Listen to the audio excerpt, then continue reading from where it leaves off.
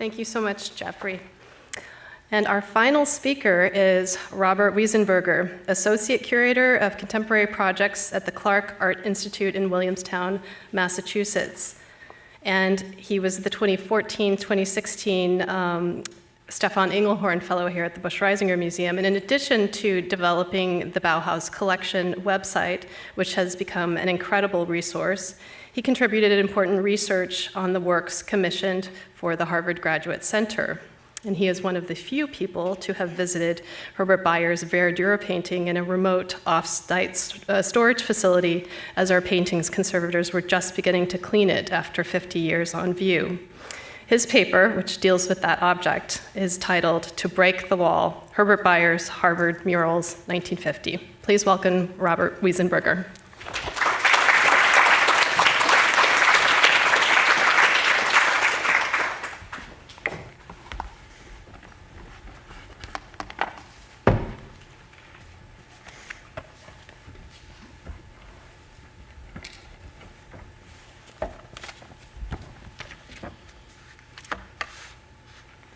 Thank you, Laura, and thank you for the beautiful exhibition upstairs. In October of 1950, as reported in the Harvard Crimson, a group of students took it upon themselves to organize a contest to name a mural installed in the university's recently completed graduate center. The painting, made for the dining area, had been deemed the most inscrutable of the center's artworks. Nobody knows quite what it's supposed to be. Measuring over 6 feet tall and 19.5 feet wide, it was the work of former Bauhaus master Herbert Breuer, who had been commissioned by the center's designer, founding Bauhaus director Walter Gropius, and his Cambridge office, the Architects Collaborative. Judging these august figures was a student group calling itself the International Society for the Propagation of Taste and Discernment Among Intellectuals and Others. Various titles for the mural came in, among them the banal if well-meaning, The Garden of Eden. Another submission, less favorably, called it Nausea at Noon. It's perhaps no wonder then that the work was finally removed after years of mistreatment in 2004. That work, now restored, is the centerpiece of the Bauhaus exhibition upstairs. Breuer, who chose green as a soothing, quieting, and appetizing color, his words, might have been disappointed by these responses. And hearing the subject of painterly abstraction casually relitigated by American students more than a decade after it had been deemed degenerate by German authorities with substantial and even fatal consequences for some, might also have been frustrating. Nevertheless, it might have been heartening that the work found its way into extracurricular discussion at all, and for some, elicited the sensation of movement. For Breuer, quote, the origin of the design was the phenomenon of plant growth in spring, end quote. Unhappy with the titles proffered, he gave his own, which remains on the painting today, Verdure. This work evokes greenery generally and a genre of late medieval tapestry, the verdure specifically, an object that shared aesthetic, edifying, and environmental aims to warm, either literally or figuratively, cold walls. Even this title for Breuer was not the best, in his words. He wrote, there is one word in the German language, Entfaltung, which would be a perfect word for this picture. It incorporates all of unfolding and growth. Where does one begin with a total designer or a universal artist, someone for whom all creative media, whether fine arts or applied, two-dimensional or three, are putatively interlinked? As many here know, Breuer was active in painting, graphic design, exhibition design, photography and photo montage, sculpture, architecture, and even earthworks in Europe and in his long career in America. He died in 1985. This renders him perhaps the model Bauhaus student, and this drawing could thus be a kind of self-portrait. But how do these activities relate, and how do we classify Breuer? Moreover, how do we handle this complex figure in particular whose motivations one might have reason to mistrust? Of the nearly 150 career-spanning objects Breuer gave to Harvard, absent, perhaps unsurprisingly, were his works for the Nazi regime, made just before his emigration to America in 1938, and his seamless rebirth as a propagandist for democracy, to use Fred Turner's phrase. Helpfully, Breuer's Bauhaus colleague Josef Albers donated one example in 1949.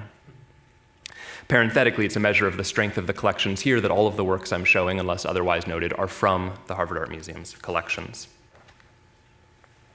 In this paper, I'll argue that Breuer's Verdure, his largest painting, one of his favorites and a technically accomplished work, offers unexpected keys to understanding this important, complicated, and compromised figure, as well as the afterlife of the Bauhaus in America.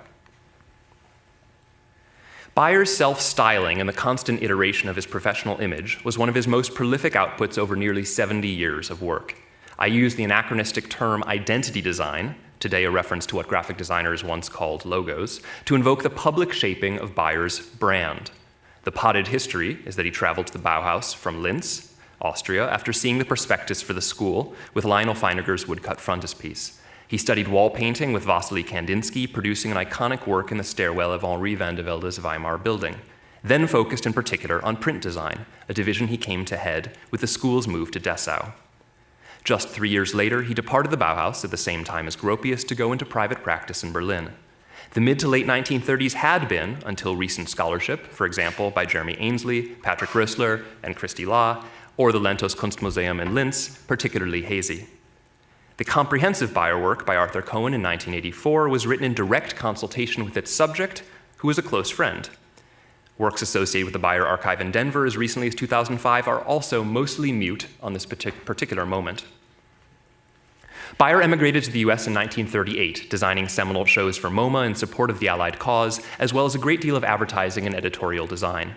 In 1945, he was convinced to join the CEO of the Container Corporation, Walter Pepke, to move to Aspen, Colorado to convert an old mining town into a center for outdoor activity and intellectual life, in what would become the Aspen Institute for Humanistic Studies. The artist remained prolific in painting, sculpture, and graphic design for the next 3 decades. A different, simpler periodization of Breuer shows 4 Breuers. First, there is the Bauhaus Bro, with all of the contemporary associations that might come along with it. Next, in private practice, he graduates to a kind of typographic clinician, trading the constructivist jumpsuit for the white lab coat and prescribing fast-acting remedies for commercial maladies based on semi-scientific rationales from experimental psychology, namely, for how a business might garner attention in a crowded visual environment. Then there's the ad man Breuer, a suit-clad corporate consultant who brings aesthetic expertise to the boardroom. And here over his shoulder, the top right, you see Verdure. And finally, both early and late, is the self-proclaimed alpinist Breuer, a rugged mountain man born on skis and profoundly connected with the natural world, or so he'd have us think. Though he's best known as a designer, Breuer liked to think of himself as a painter. In 1962, he wrote, "I've basically always been a painter, and for me it does not mean crossing a boundary from design to art when I paint. The difference is only that in art, its function is within the painting, while design must function externally." And in 1979, looking back on his trajectory, quote, "My work shifted from communication design to architecture, from exhibition design to the environment, but always back to liberation through painting." This liberation had a personal, even poetic dimension, but also a public one. Breuer long cited the Bauhaus mythos, evoked by the Feininger woodcut, of a return to medieval, guild-based traditions of egalitarian and anonymous collaboration between artist and craftsman. In this narrative, with the Renaissance and the emergence of easel painting, the artist became isolated and less relevant. In 1974, Breuer insisted that, quote, "the art of the future, we may call it civic art, would go beyond art for the tombs of the museums, out into the street, to the people, and to the environment. It would penetrate daily life in all its aspects and would again become one with it. For this reason, he was attracted to the mural form, and in good designerly fashion, he couched painting in terms of problem solving." One problem was the mural genre, no simple matter at the time. Already the Bauhaus, a school founded under the sign of architecture whose longest-serving faculty were painters, Breuer's mentor in the wall painting workshop, Wassily Kandinsky, observed the fraught relationship between painting and architecture.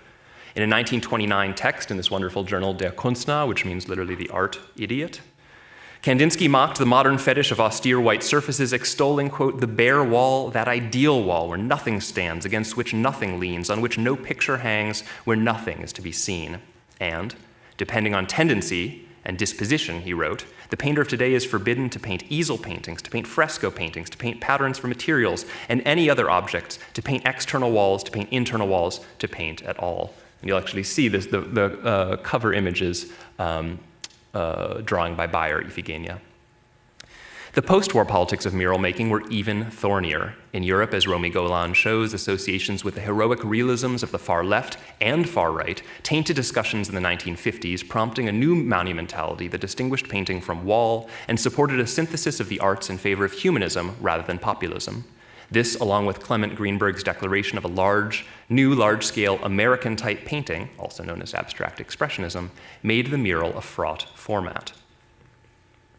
The setting for Bayer's intervention was also a problem.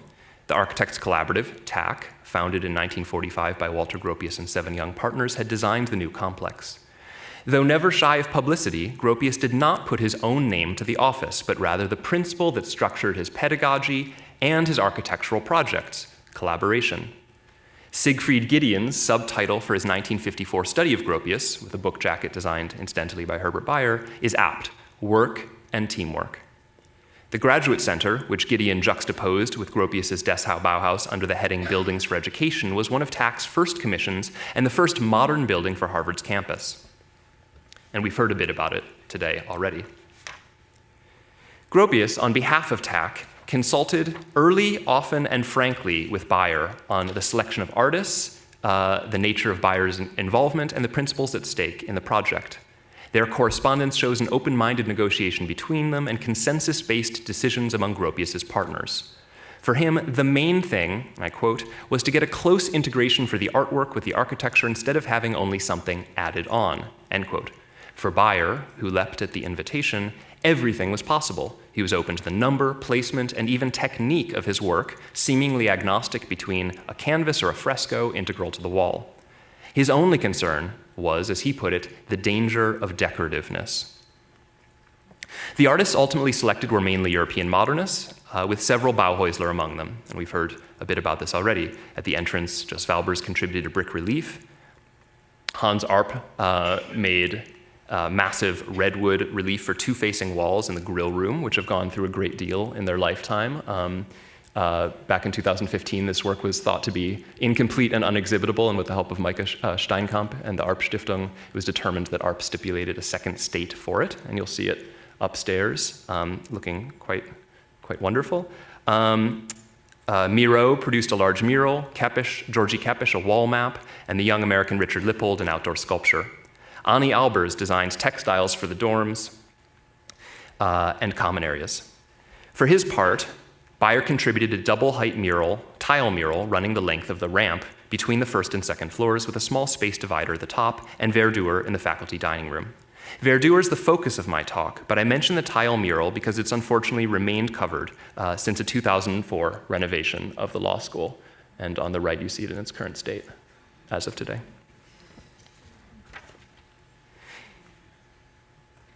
This fact evokes a prophetic note by another less famous Bauhaus polymath, Andor Weininger. Wishing Walter Gropius a happy birthday in May 1951, Weininger congratulated his former mentor on the splendid Graduate Center, writing, "Yes, indeed, celebrate, celebrate. After all, in 50 years, no one will remember any more who built the Graduate Center. No surprise, the hostile art movements will erase all trace. Mansard roofs will be put onto the flat ones. Everything will be altered inside." Given that the law school announced its plans to renovate the center in 2003, Weininger's prediction was just 2 years off. He closed with a consolation that, quote, "In about 500 years the picture will change. A graduate student will know that a Bauhäusler built it, but will likely confuse Weininger with Feininger, Bayer with Breuer, and so on." And he added that that would be a golden age for himself to be confused with the much more famous Lionel Feininger. In 1,000 years, he said, the works will be recognized and restored, and yet for Bayer's verdure, that's come early. The series that Bayer called his Mountains and Convolutions got its start, he said, on a 1944 visit to Vermont. As an alpinist, I've experienced mountains in many ways, their rugged forms, their sizes, the direct touch of the rock while climbing. One can see this in his painting of that year, Exfoliation, or in his 1948 print series, 7 Convolutions, of which I'm just showing a couple. And on the cover of Alexander Dorner's 1947 The Way Beyond Art, the dust jacket is designed by Breuer, in which Breuer stood, at least in the first edition, as an uneasy exemplar of Dorner's thinking, a relationship that's been well analyzed by Rebecca Uchel. One sees this interest too in his photograph of the wonderfully named Obergurgel in South Tyrol and the haptic qualities of the rock's scraped glacial fracture.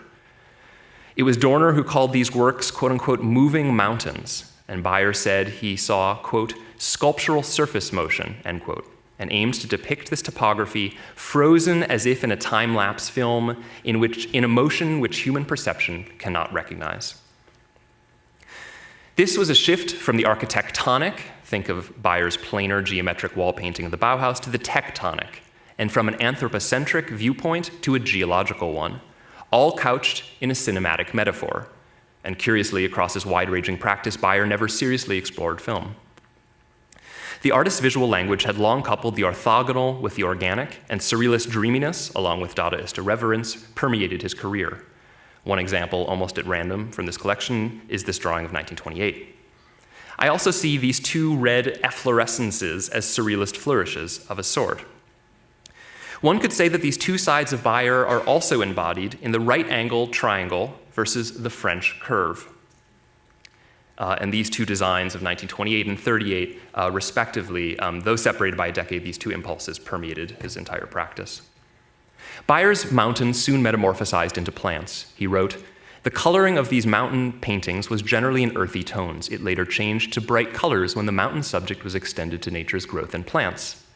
Breuer's nature thus converges on similar forms, as if in a unified theory of structure, growth, change. And in his series, exfoliation transcends vegetable and mineral. Foliation can imply botanical leaves or layers generally. And exfoliation, in geology, is a type of weathering in which sheets of rock, surface rock, are wrenched free by differential pressures from below. This delamination is the subject of Breuer's pictures, along with a countervailing convolution, a twisting together or coiling." Verdure, Breuer wrote, was about a process, plant growth, that can be registered only in time intervals and for which we have no true understanding, though we may have a feeling, as for all life processes. Harvard biologists may not have agreed that plant life was a total mystery, but the comment illustrates two broader principles of the period, two broader ideas of the period. First, as expressed by Gropius in writing about Breuer in 1943, that avant-garde artists, from Cubists to Futurists, had had a prevision of recent scientific discovery, and that a whole generation of pioneer painters had a craving for a new pictorial expression of a fourth dimension of time and space, end quote. This idea permeates Dorner's writing on Breuer, as does the scientific insight of constant flux, or as Dorner put it, the world as self-changing process. And thus Breuer's aptness at representing forms in self-transformation, in Dorner's words. It was in this spirit that Gropius, in a dedication address for Harkness Commons, noted, "There is no finality in architecture, only continuous change." The second idea appeared as a drumbeat modernist mantra, popularized in particular by Siegfried Giedion in his 1941 Space-Time and Architecture, of which Breuer was well aware, having worked on all aspects of the book from design through production, as Reto Geiser has shown. Namely, that the modern subject suffered a rift between thinking and feeling. This vague verdict, always expressed in just these words, referred to a disconnect between science and art, rationality and poetry, function and form, atomized specializations, and a social fabric underlying them. In this sense, Breuer's work was about re-romanticizing nature, about flow and changefulness itself, and yet also about integration, synthesis, equilibrium. Breuer's skill as a painter gave these ideas form. First, he's an artist who's obsessed with circulation. We might follow his arrows, for example, from Dadaist decoration to earnest entreaties to walk this way, and always with the idea that viewers should be moved, in his words, without conscious compulsion. And the compositional circulation of verdure is clear. Parallel and connected bands undulate across the canvas, carrying the eye smoothly through a perspectival impossibility. Forms are not purely planar in the mode of dematerialized constructivist interpenetrations, though some do appear to emerge or recede from the ether, almost gaseous. Others are sinewy or fibrous, their fingers tightly interlocking. Short brushstrokes create a dappling pointillist effect, as Breuer said, for luminosity and lightness and the impression of dynamic suspension rather than static solidity. He wanted the painting to work from afar as an image, but also for smaller elements to be legible up close. and in a bid against the danger of the decorative, as he put it, he observed, quote, "The background of the painting on which the convolution is set is no background, as it is in some places foreground as well. Thus it is activated. This may be one way, I hope, to keep this picture alive." For some, the picture was too alive. The student reaction I quoted at the beginning was anticipated early on by the partners at TAC. Responding on behalf of the firm to sketches Breuer sent, Gropius wrote of, quote, "some doubts that have arisen among my partners," end quote. They worry namely that the forms may be, quote unquote, too overwhelming, the colors too brilliant, and that the depth effect of the forms may dissolve the wall which in our space composition should be supported by a two-dimensional character in the mural. Breuer responded, "Without wanting to hurt the feelings of the architect in his pride in his space creations, there's a danger of decorativeness if the design of a mural is to be blended in with the architecture too much." He sent further sketches, varying depth and flatness, and even media to see if watercolor might better communicate the effect. He explained his final design this way. It's a small room, and the picture takes an entire wall. Thus, the picture will make the room, and I could not share the opinion according to which the composition of a mural should rather go and conform with the architectural elements, emphasis on horizontal vertical directions and flat color areas. I want the convolution-like movement rather to be an opposite to it, to open up the wall, to extend the three-dimensional enclosure, to break the wall. The painting therefore relates to its architecture in ways that are complementary, for example, to the form and scale of the room or to the clear story window granting views of actual verdure outside. And you see the space provided for him. Compensatory to the architecture, as Gropius wrote, quote unquote, to avoid too austere an appearance for the building, and oppositional to flatness and enclosure itself. The matter was resolved successfully by two friends whose relationship was also too nuanced to elaborate here. Breuer appreciated the wonderful experiences of collaboration and gifted Gropius an oil sketch for his very understanding and democratic spirit. But it was the life of the work going forward that would reveal symptomatic antagonisms between modernist art and architecture, and indeed art and life. Reflecting on some 4 decades of damage from direct light, food, water, smoke, and student antics, the curator of the law school's art collection, the aptly named Bernice Loss, wrote to recommend different conditions for the work. In April of 1989, she advised, quote, "In the wake of the Rothko mural episode at Holyoke Center, we have become concerned about the condition of the Breuer painting Verdure." She was referring to a suite of murals by Mark Rothko that had been installed in the penthouse of the Student Center in 1964 and seriously damaged by the sunlight that is a watchword of modernist architecture. Luft, Licht, Raum, air, light, and space is the slogan. These were immaculately restored by projecting compensatory light onto them and exhibited at the reopening of this museum in 2014. There's some small irony that the damage done to Breuer's image of plant life by actual potted plants placed directly in front of them and splashes from their watering.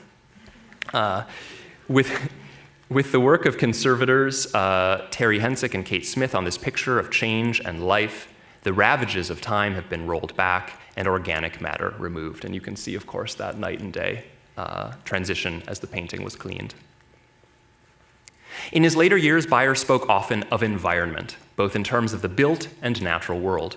He saw his large-scale interventions, whether murals or earthworks, the earthworks being a three-dimensional instantiation of his undulating paintings, and many of them realized. I showed you a drawing in this collection, but he really did build these earthworks as early as the 1950s, as contributions to a shared environment. And he believed people to be highly impressionable in visual terms. Advertising, he said, is the most powerful instrument to mold people's minds and to education. It creates the ideals people try to live up to and the standards of taste. Yet employed often unscrupulously, it's a dangerous weapon. This is a striking statement given Breuer's work in the 1930s. The language of vision, the title of Georgi Kepras's 1944 book, was also a phrase Breuer used often, as central to liberal education for students and captains of industry alike, in a hurried, highly specialized, cheaply mass-produced, and logocentric world. It's in these terms that Gideon's discussion of the Harkness artworks is enlightening. In Work and Teamwork, he observed that, quote, Walter Gropius and his associates realized from the beginning that these Harvard students, whose education had left their optical, psychic nerves quite undeveloped, could not at once be receptive to the works of Miro, Arp, Breuer, Albers, and others. They were nevertheless convinced that the lack of a visual education cannot be accepted as an insurmountable obstacle. The student needs only to be shown the stirrup by which he can mount the horse. Surely he will then wish to ride. He needs but time and opportunity. It was this impulse that would make Gideon a crucial force in the founding of the Carpenter Center for the Visual Arts next door. And in the interim, he hoped that environmental habituation to advanced art, consciously or not, could teach visual literacy, whose grammar, as Keppisch wrote, included qualities like transparency, interpenetration, and simultaneous viewpoints. Breuer was not a pedagogue. He taught some, but not consistently like Albers or Moholy-Nagy. Still, his comments on education cast a designer's ideal formation as not much different from that of any other citizen. Hence, we can perhaps refer here to something like a liberal artist. Education, Breuer explained, must aim for understanding rather than knowing all. The designer, though he could be speaking of any modern person, must have knowledge of narrow, specialized disciplines, but he must have a total concept of the world. This he summarizes parenthetically as Weltbild. The final keys to verdure are Breuer's two engagements at precisely the time it was made. In 1946 and 7, he embarked on the design of a community on the one hand, and a corporation on the other. Indeed, Breuer's engagement with the town of Aspen and the Chicago-based Container Corporation of America suggest both a remedial humanism, belated given his earlier missteps, and an emergent environmental awareness, prescient for its time. Breuer moved to Aspen at the behest of Container Corporation's CEO, Walter Pepke, to establish a community centered on art, sport, and the outdoors that would become the Aspen Institute for the Humanities. And he also began as creative director for the corporation, designing its brand image and collateral to promote not just cardboard boxes, but liberal humanism. The Great Ideas of Western Man series was one of his major campaigns. This is actually my mother's copy. And you see, it's from Cleveland, 1962. And you see its advertising posters designed by various artists from Corita Kent to Paul Rand to Herbert Breuer with various slogans, many of them about democracy. In a project that stands on its own in Breuer's career and is unusual by any standard, he spent some 5 years both editing and designing a new kind of atlas. The nearly 400-page book's subtitle was A Composite of Man's Environment, as defined by the interrelated fields of geography, geology, demography, astronomy, climatology, and economics. Geo and graphic were meant to indicate not just maps, but related illustrations and information design on everything from the origins of the universe to state birds and rubber production. Few pictorial sources existed for much of the information, so it was up to Breuer to synthesize and visualize it. He was a non-scientist, he conceded, and instead a visualist. The book might be a partial response to what Breuer discussed in 1951 as the book of the future, when he lamented, quote, the degeneration from the rich and powerful pages of the illuminated manuscripts to the gray monotony of the machine-produced book, end quote. And here the images of the natural world, such as the cloud forms or profuse arrows showing the movement of a weather system, had already suffused his work, an example of the feedback loop Keppisch described between graphic artists and scientists, the former adopting the latter's technical images as abstract patterns, and perhaps helping these specialists and the public to see the world anew. And the world was new post-war. The preface to the atlas explains its reason for being. Quote, swiftly spreading global communications and the increasing interdependence of all peoples compels us more than ever to consider the world as one, end quote. Breuer delineated this world in various maps and projections, most of them without borders. As Peter Anker has shown, Breuer and the CCA were both early in thinking environment in terms of stewardship and appealing to global elites to act responsibly. The atlas describes, quote, destruction of resources as the special characteristic of the 19th and 20th centuries, adding, no problem confronting the world today is more vital than conservation and wise utilization of natural wealth. Breuer understood the intense intermingling of nature and culture, a hallmark of what is today known as the Anthropocene, a geological era shaped by human activity. And there's a broad consensus on the start of this period around 1945, as Daniel Barber has noted, quote, both for the dramatic increase in fossil fuels and also as the dawn of the nuclear age, end quote. With the atlas, Breuer created what Barber calls environmental media, both illustrating the resources at capital's disposal and pleading that they not be exhausted too quickly. While his environmental work remained modest in scale, Breuer came to understand the broadening scope of human activity. Speaking in 1972 at the Aspen Design Conference, he predicted that, quote, artistic work will expand from the picture frame to the large outdoor spaces, where it will eventually assume terrestrial, even cosmic dimensions, end quote. Seeing verdure and the atlas in parallel suggests a complex relationship within his practice between painting and design, abstraction and clarity, feeling and thinking. If the atlas synthesized what Breuer knew of the world circa 1950, verdure distilled it even further. Thank you.